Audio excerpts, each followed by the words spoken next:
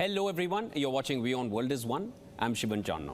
As per several sources, Vladimir Putin has decided to run for president in the March presidential election in Russia, a move that will keep him in power until 2030.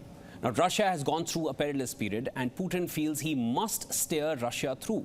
With Putin at the helm of affairs, how will this impact the ongoing war in Ukraine? And how will it impact Russia's global imprint and the ongoing tensions with global powers? Now, to discuss Russia's future course under Putin's reign, we are joined by Dr. Gilbert Doctorow.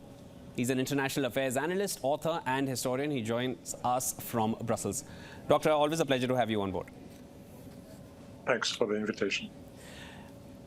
Doctor, now, how do you see the Russia-Ukraine war proceeding under another term of Vladimir Putin's leadership? Well, first, I'd like to just make one small correction. Technically speaking, Mr. Putin has not declared his candidacy. He'll do that in December after the exact date of the elections has been announced. Nonetheless, what you say is correct substantially.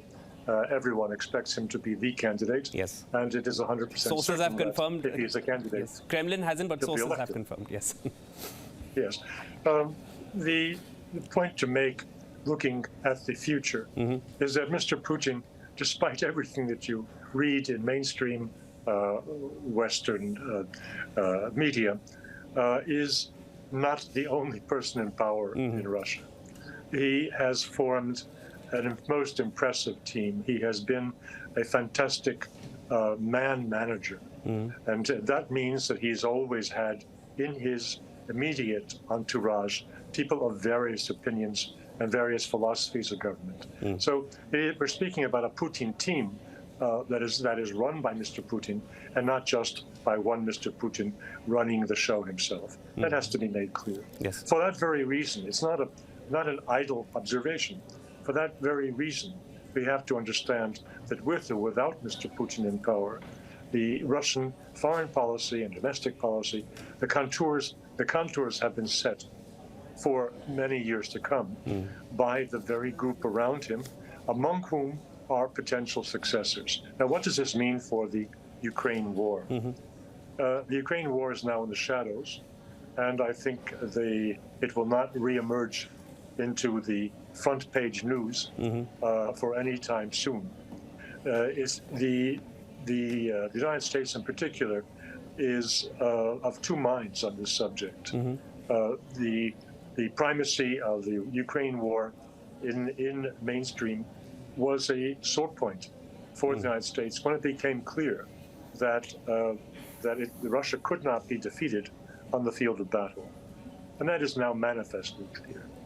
The current byword in the United States and European media is that the war has reached an impasse, that it is at a stalemate. That is what is being propagated in all of our news media. It is manifestly false. The war is a stalemate only when you look at the line of demarcation, the line of confrontation between the two sides, which indeed has not changed substantially over the last 6 months. But that is to miss the point of the war. The war is a war of attrition, and the Russians have largely succeeded in their mission of demilitarizing Ukraine. Now, that may sound like an overstatement, because every day that we read about so many sorties by Ukrainian units here and there along this 1,200-kilometer-long line of confrontation. And so it would appear that their counteroffensive has not entirely petered out. No, of course, that's true.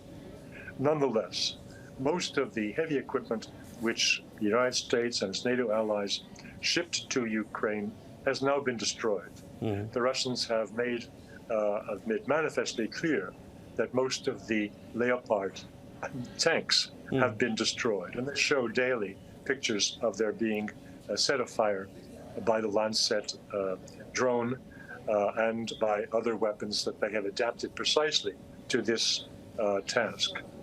So the loss of heavy equipment, the loss of 90,000 or more soldiers since the June counteroffensive began, has been an enormous setback for Ukraine. In the same time, although the Russians have had losses, and they speak about a 1 to 8 loss. That is 1 Russian soldier lost for every 8 Ukrainians killed or sent off the field of battle permanently from the last 4 months or 3 months of warfare. Nonetheless, the Russians have a much larger army, a much larger reserve, and they are fully capable of provisioning their army. Whereas Ukraine, from their own manufactured armaments, whereas Ukraine is 100% dependent on the West for shipments of arms if it is to have any soldiers in the field. This does not change. The initiative is now shifting in front of our eyes from the Ukrainians, whose reserves are exhausted, to the Russians, who are ready to strike. How they will strike, when they will strike, nobody knows for sure.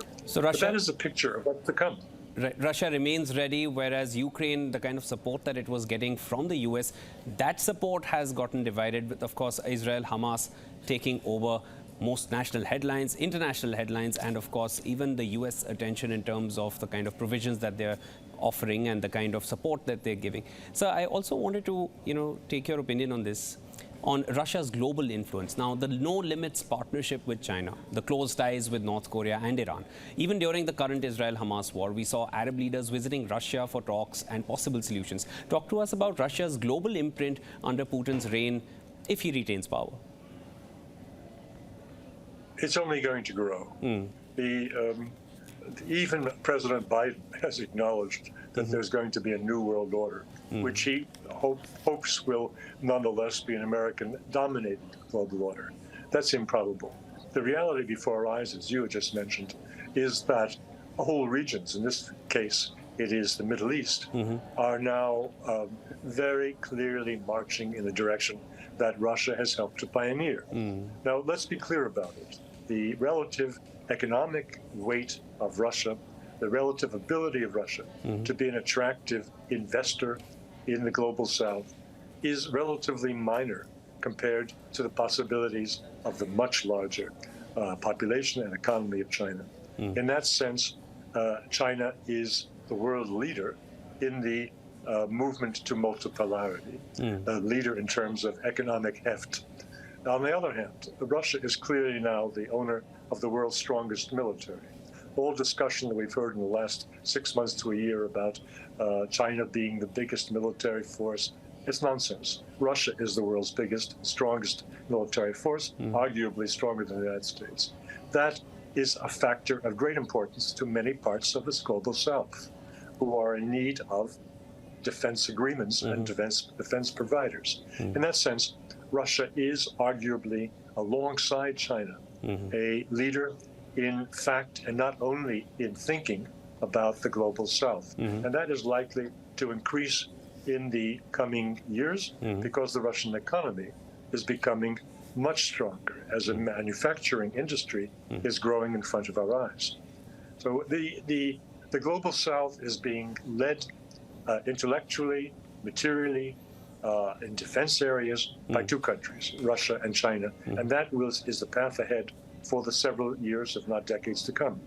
So even West Asian nations are moving in the direction of Russia to look for some kind of solution to the ongoing conflict. And if we look at other nations in the global South, they're also moving in the direction of Russia and China. So I also want to just take it a little further from there. If you talk about the African region in particular, there is a defense deal in the works between Russia and Libya that we've heard of recently. Russia is moving to expand its military presence in the region with the possibility of a naval base. We've also seen Russia's influence over the Sahel region. And will we see the complete ouster of Western forces from Africa, the way we saw in Niger recently?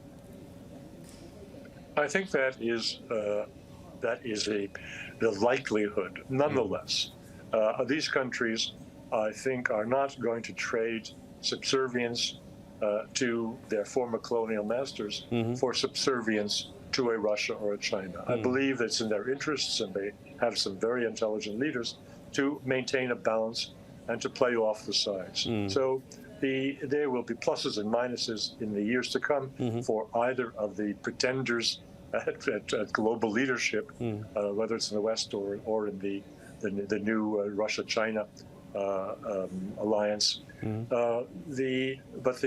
You could not be able to say, as Americans were saying going back to 2014, that this country or that country has been picked up and put into our following. No, the countries of Africa will likely remain free and will make their own decisions now that they're just beginning to breathe the air of sovereignty. Dr. Doctorow, I now need to quickly take one more question with you. If not Putin, and you did initially speak about a great team that he has. He's not the sole runner of the Russian Federation or the sole leader in the Russian nation. He has an entire team and he has a great set of minds. If not Putin, then who runs for the top position in Russia?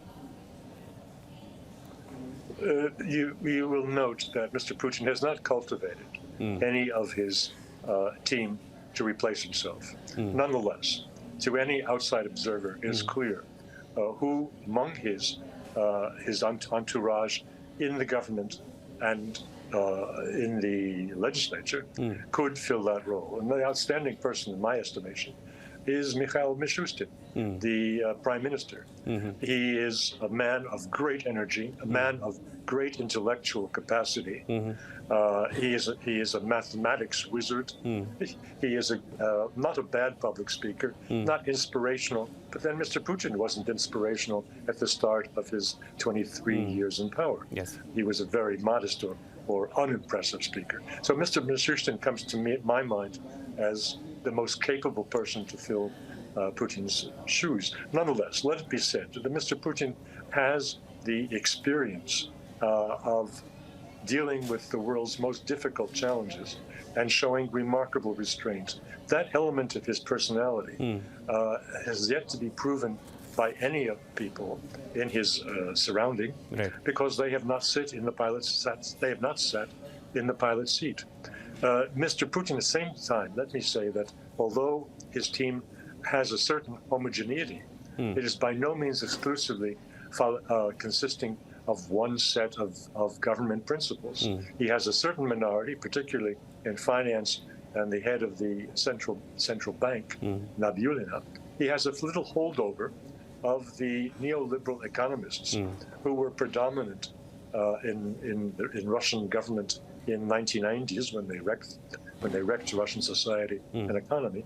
Nonetheless, they are among them some very capable economists and finance experts whom he has not thrown out. The man has kept talent for the sake of Russia's betterment, even if he's the majority of his cabinet and legislators have not been approving of these heterodox views. So this complexity of his management, for example, he kept the finally treasonous Prigozhin working alongside the regular army, and was willing even to let him go alive after the mutiny. That is a demonstration of his management principle of trying to get the best out of all of the people who are under him, even if they are thieves, and there have been thieves among his group, like Chubais, who finally left, to get the best talents to help Russia go forward. And that remains the case. Within his management group, I think we will find his successor.